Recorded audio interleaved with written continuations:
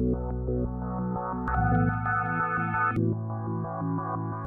la suite de notre dépôt de préavis de 72 heures qu'on avait fait depuis le mois de décembre, nous avions informé les autorités qu'aujourd'hui notre seule préoccupation c'est la relance de l'activité ferroviaire.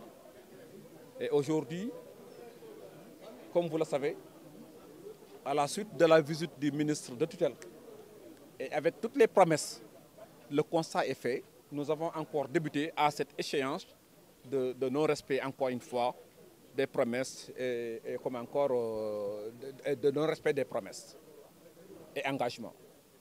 Raison pour laquelle, compte tenu de ces difficultés que traverse le Dakar-Bamako ferroviaire depuis le début de la transition, et une transition qui a trop duré. Aujourd'hui, on est à 2 ans de la transition, après le 7 mars 2018. Les 7,5 milliards que nous avions dit que c'était pour gérer cette transition, ces 7,5 milliards ont été absorbés à 90% sur les salaires compte tenu de sa forme de décaissement. Aujourd'hui, vous le savez, c'est le 29 du mois de mars et nous n'avons pas perçu nos salaires du mois de février. Et pour la précision, nous voulons attirer l'attention de l'opinion, que ce mouvement n'est pas un mouvement de réclamation de salaire. C'est juste un désespoir total par rapport aux perspectives d'avenir de DBF. DBF qui est soumis à un comité inter-État qui depuis 1 an ne s'est même pas réuni pour s'enquérir des difficultés de DBF. Aujourd'hui, les travailleurs sont sans couverture médicale. Aujourd'hui, les gens partent à flot à la retraite sans être remplacés.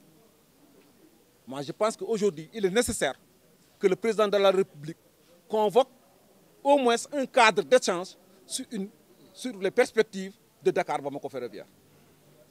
Qu'est-ce qui se passe aujourd'hui? Le TER est là. Vous avez vu que les chantiers du TER sont actuellement à l'arrêt. La moitié de ce qui est investi actuellement sur les chantiers du TER, si on l'avait investi sur Dakar-Bamako ferroviaire, on n'en sera pas là aujourd'hui. Donc, moi, je pense qu'il n'est jamais trop tard de rebousser chemin. Le président de la République, lors de ses dernières sorties, nous l'avons entendu dire que maintenant l'urgence, c'est la réhabilitation de Dakar-Bamako ferroviaire.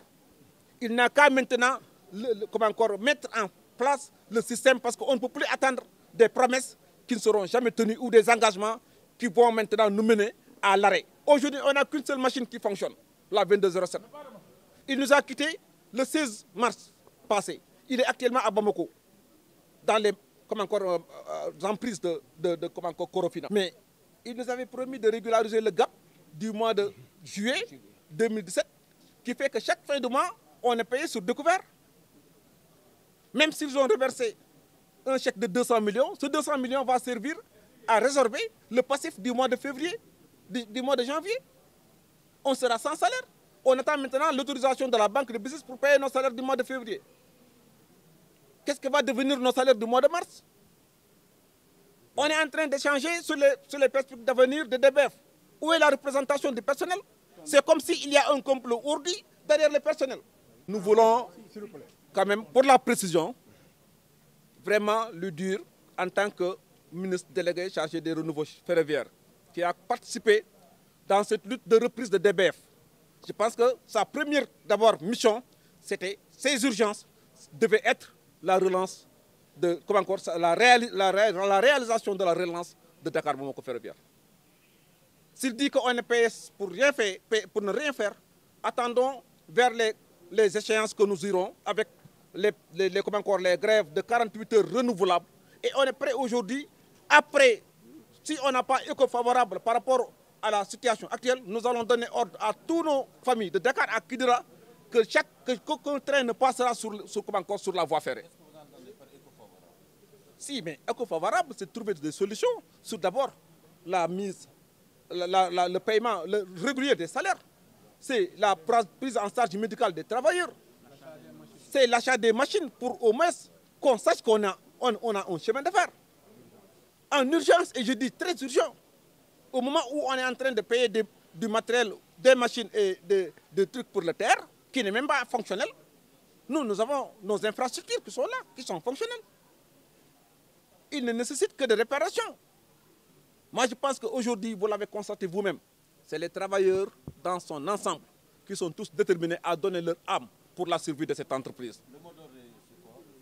C'est de faire une grève de 48 heures du 5 au 7, renouvelable, je dis, renouvelable. Et automatiquement, du 5 au 7. Vous savez que nous allons vers les fêtes. Donc, sachez que ce mouvement de grève et de manifestation n'est que pour la relance définitive du chemin de fer. Et nous n'arrêterons jamais ce mouvement tant que les autorités ne sont pas réunies pour nous donner des objectifs et des pistes claires sur l'avenir de Dakar Bamako Ferroviaire. C'est là que nous voulons quand même lancer un appel à la population sénégalaise et particulièrement thiessoise, que ce mouvement n'est pas un mouvement des travailleurs cheminots, c'est un mouvement quand même patriote. Tout le monde sait l'importance socio-économique du chemin de fer. C'est la raison pour laquelle nous appelons la population à partir de mardi pour des sittings jusqu'au 5 pour le déclenchement de notre grève. Et nous irons vers les politiques, vers les chefs religieux, pour les impliquer dans ce mouvement-là. C'est un mouvement patriote et nous voulons que tous les Sénégalais y adhèrent. Non, moi je pense que dans les candidats que nous sommes en train d'écouter, personne d'entre eux n'a décliné un programme cohérent par rapport à l'avenir du chemin de fer. Le chemin de fer, ce n'est pas un projet de 1 milliard ou 2 milliards. C'est un projet qui nécessite des moyens. Et je dis, nous le disons ici, nous ne disons pas que, parce que M. Abdoulaye Daouda Diallo vient de prendre service, nous avons quand même senti son ardeur et son engagement à trouver des solutions. Mais sachez que c'est un État. Il ne peut pas relever ce chemin de fer-là sans moyens. Il faut que l'État se détermine par rapport à une politique ferroviaire cohérente. Et avec les cheminots, avec l'implication des cheminots, on ne peut pas faire ce chemin de fer-là sans les cheminots. Aujourd'hui, les retraités qui étaient là, on nous avait promis qu'on allait payer les primes des retraités au-delà du mois de mars. On est le 29 aujourd'hui. On n'est même pas informé de ce processus de paiement des retraités.